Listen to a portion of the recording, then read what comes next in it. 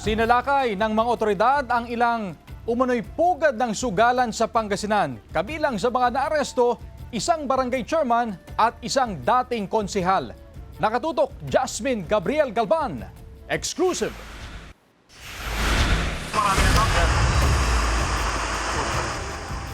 Pagdating ng convoy ng NBI-NCR sa Manawag, Pangasinan, agad nilang pinasok ang target na bahay sa bisa ng kanilang dalang search warrant.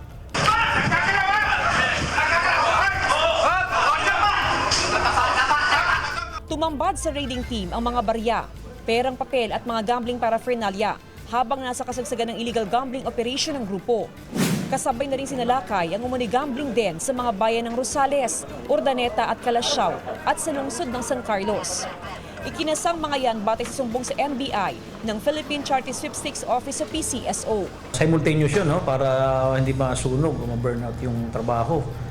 Eh, sakto. Nagre-revisa sila ng mga papelitos, nag-aayos sila ng mga beta, no? Mga taya. 2 linggong surveillance muna ang ikinasa ng NBI Special Task Group, NBI-NCR at NBI Homicide bago nag-apply ng warrant para maaresto ang mga tinatawag na bookies sa likod ng illegal gambling. Ang nahuli natin, all in all, sa 5 areas, umabot po ng 150 personalities. Nagpapataya rin sila sa mga bahay-bahay, sa mga tao naglilibot sila using mga papeletos na hindi naman sanction ng PCSO. Nag-misrepresent sila.